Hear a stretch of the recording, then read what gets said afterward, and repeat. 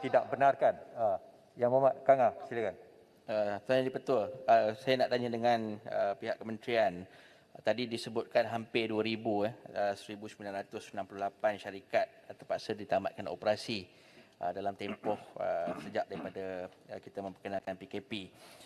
Dan bantuan-bantuan yang diumumkan tadi, disebut tadi bermula daripada Jun 2021. Tapi apakah nasib mereka yang telah terpaksa menamatkan operasi ini? Berapa ramai daripada kalangan mereka diberikan insentif untuk memulakan semula operasi?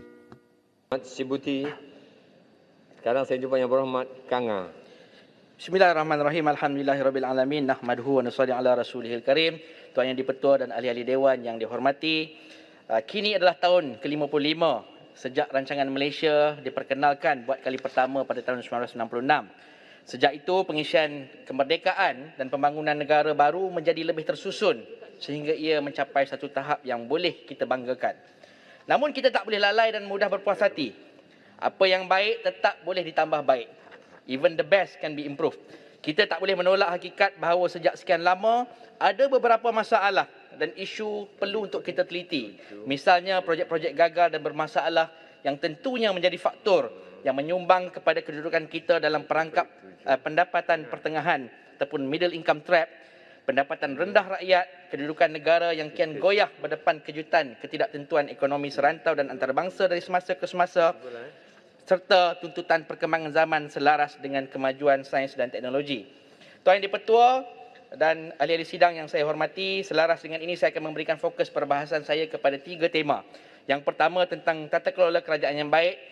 Maka saya fikir wajar satu amalan tata kelola yang baik boleh dibuat oleh kerajaan dengan membuat satu pelaporan tentang apakah yang berjaya dicapai, yang kurang berjaya, bahkan yang gagal dicapai dalam RMK 11.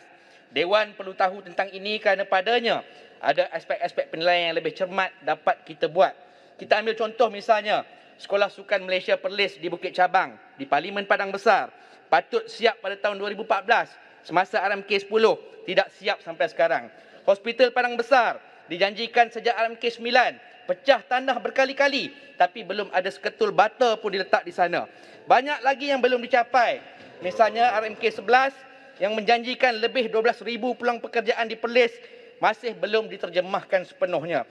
Jadi kita mesti ingat bahawa perancangan yang baik hanya boleh dikatakan berjaya bila ia dilaksanakan dan mencapai tujuannya. 3 masalah utama yang boleh ditangani ialah, kalau kita tengok dalam analisis projek-projek yang gagal, projek-projek yang sakit, kita kekurangan pekerja mahir, kita kekurangan kontraktor yang mempunyai cukup modal dan juga pengurusan projek yang baik. Saya fikir sebenarnya kita bukanlah lemah sangat dalam hal ini. Kita ada banyak institusi latihan, IKM, kita ada macam-macam lagi, IKBN dan sebagainya. Apa yang perlu ialah kita perlu menyusun semua tenaga kerja ini, kita memberi suntikan modal melalui geran-geran kerajaan dan mengajar mereka dengan lebih baik dalam aspek pengurusan projek supaya projek-projek ini dapat dilaksanakan dan siap pada masanya. Lebih baik kita membayar lebih sedikit asalkan projek ini siap daripada kita membayar lebih tetapi lambat siap.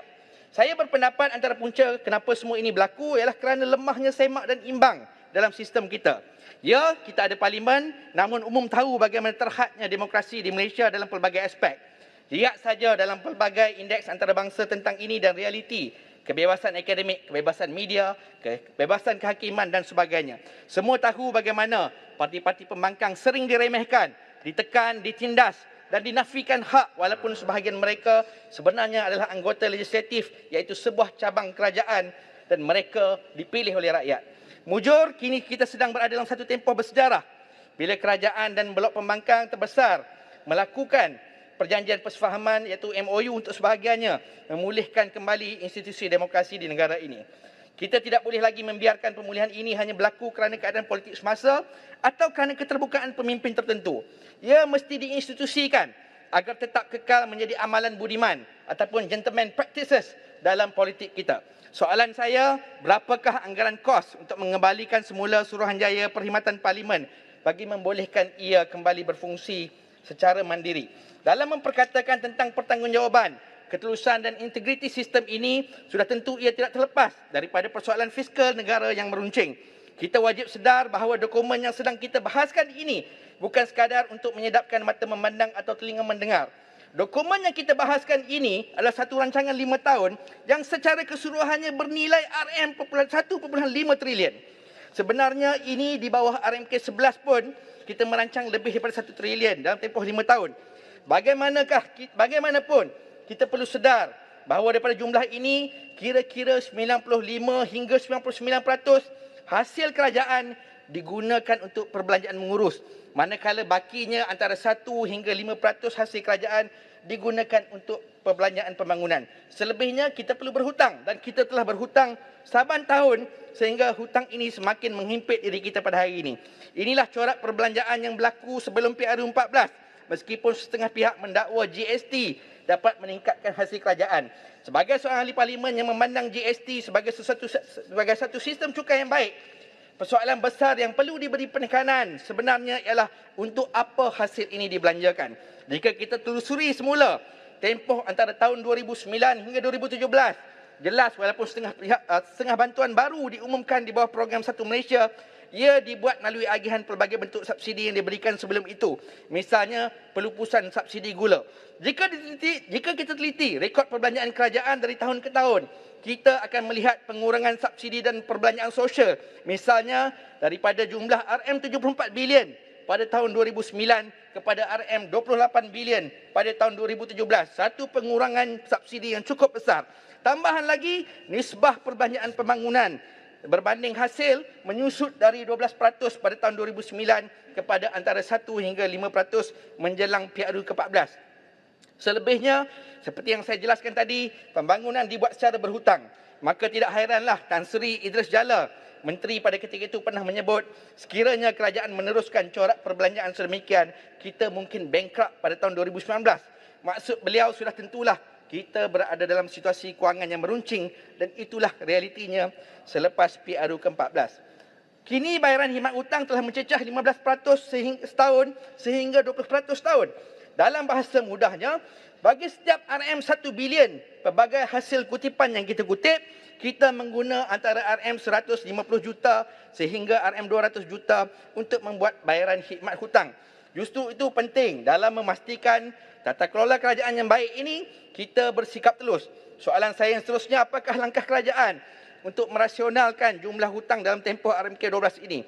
Minta senarai agensi-agensi yang hutangnya dijamin oleh kerajaan, jumlah hutang setiap agensi ini dan keupayaan mereka untuk membayar balik hutang mereka pada waktunya.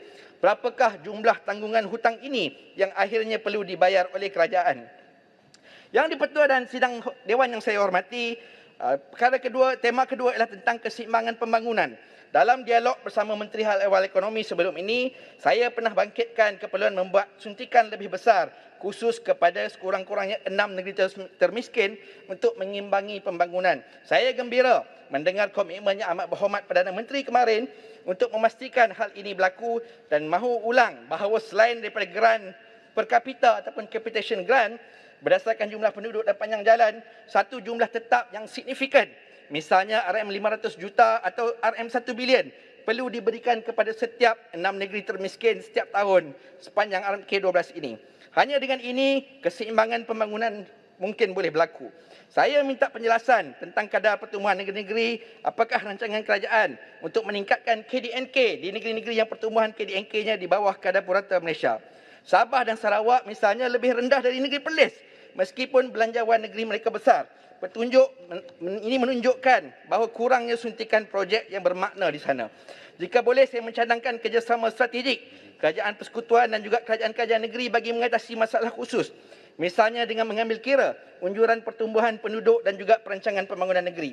Di Perlis misalnya, kita banyak cakap hari ini pun gelombang pelancongan dibuka di Langkawi. Tetapi sayangnya JT Kuala Perlis yang menjadi laluan utama ke Langkawi masih lagi kecil yang memerlukan satu perubahan untuk dibesarkan. Dalam bidang pendidikan misalnya, jumlah kelas tidak cukup, terlalu sempit, ada bangunan rosak dan juga penutupan sekolah. Misalnya di Sekolah Rendah Kebangsaan Seri Perlis, ada satu bangunan yang dah rosak, sampai sekarang belum dirobohkan, jadi kelas semakin tidak cukup, murid terpaksa bersesak untuk belajar. Juga dalam satu kes di Sekolah Kebangsaan Chuping, baru-baru ini murid-murid satu sekolah kena terpaksa dipindahkan kerana ada projek kuari yang terdekat yang mungkin mengancam keselesaan murid-murid dan juga guru-guru di sana.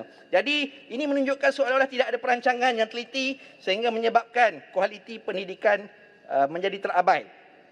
Kerjasama juga boleh dibuat bagi membolehkan tanah-tanah terbiar kerajaan di setiap negeri dimanfaatkan untuk menangani pelbagai isu, misalnya bil import makanan yang tinggi iaitu sekitar RM50 bilion setahun. Sekaligus menjamin keselamatan makanan negara iaitu food security sekurang-kurangnya sepanjang RMK12 ini. Kita juga mesti menyemak semula berapakah nisbah hasil kerajaan negeri yang diperolehi daripada kegiatan berasaskan pembalakan. Perlu disediakan insentif untuk kita mengekalkan hutan dan beri lebih banyak kuasa kepada negeri untuk menjanakan hasil mereka sendiri supaya mereka tidak bergantung kepada hasil pembalakan. Jika mahu lebih bersasar, data bancian daripada Jabatan Statistik bolehlah dimanfaatkan untuk tujuan ini. Saya juga pernah mencadangkan bahawa sekurang-kurangnya kita memastikan teknologi 5G ada di setiap institusi pendidikan kerana inilah kumpulan pertama yang akan menjadi penggunanya pada masa akan datang. Tuan Yang di-Pertua dan juga sidang Dewan sekalian, di kesempatan ini saya ingin mengucapkan terima kasih kepada Menteri Komunikasi dan Multimedia yang memberi laporan pelaksanaan projek jendela mengikut parlimen yang saya percaya semua ahli parlimen telah menerimanya sebentar tadi.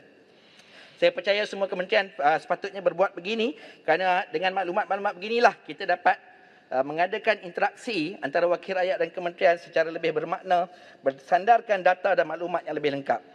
Minta rumuskan, Habib. Ya, yang tema terakhir yang saya nak sebut ialah tentang kemajuan sosioekonomi. Kita tahu apabila berlaku pandemik lebih banyak, lebih jelas menunjukkan betapa data sebelum ini 65% pencarum KWSP hanya mempunyai simpanan di bawah RM15,000 dan hari ini mereka bergantung kepada anak-anak mereka yang mana anak-anak mereka pun berpendapatan rendah kurang daripada 3,000. Jadi ini hanya akan meneruskan kitaran ganas tentang kemiskinan dan ia hanya semakin menghimpit kita pada masa akan datang. Jadi saya harap kerajaan memberi lebih banyak perhatian. Kita bukan ada lagi B40, sebenarnya kita sudah ada B70, bukan juga B50. Jadi kita mesti lihat bantuan bukanlah pada satu kadar rata, tapi mesti menjurus kepada yang lebih khusus. Kerana dalam satu keluarga ni dia tak semestinya miskin. Dalam pengalaman saya yang terhad, bila kita pergi dalam keluarga miskin ni kadang-kadang ada yang OKU, kadang-kadang ada yang sakit telantar. Jadi kita mesti melihat bantuan ini dia mestilah bersasar dan juga mengambil kira faktor-faktor yang ada ini dan tidak dalam bentuk kadar rata. Ini apa yang orang putih kata, the devil is in the details. Jadi saya berharap semua kelompok terkesan ini diberi perhatian dan satu pendekatan radikal diambil oleh kerajaan untuk menyemak semula supaya program jaringan keselamatan sosial dapat diadakan dengan lebih baik untuk pada masa akan datang dan ini tidak mengambil kira apa juga kaum dan juga agama. Dan saya berharap yang terakhir sekali, RMK12 ini apabila kita bercakap tentang pembangunan, kita tidak hanya berfokus tentang ekonomi. Kita mesti mengambil kira pembangunan kita termasuklah dalam aspek memperkayakan seni, sastra, sukan dan budaya kerana itulah yang akan melengkapkan kehidupan kita sebagai manusia yang lebih menyeluruh. Sekian perbahasan saya yang di-Pertua dan sidang Dewan. Saya menyokong RMK12 ini insya-Allah. Terima kasih Yang Berhormat Kang Ah. Sekarang saya jemput Yang Berhormat Padang Rengas, kemudian diikuti oleh Seremban, kemudian Igan, kemudian Kuala Selangor. Sila Yang Berhormat Padang Rengas, 12.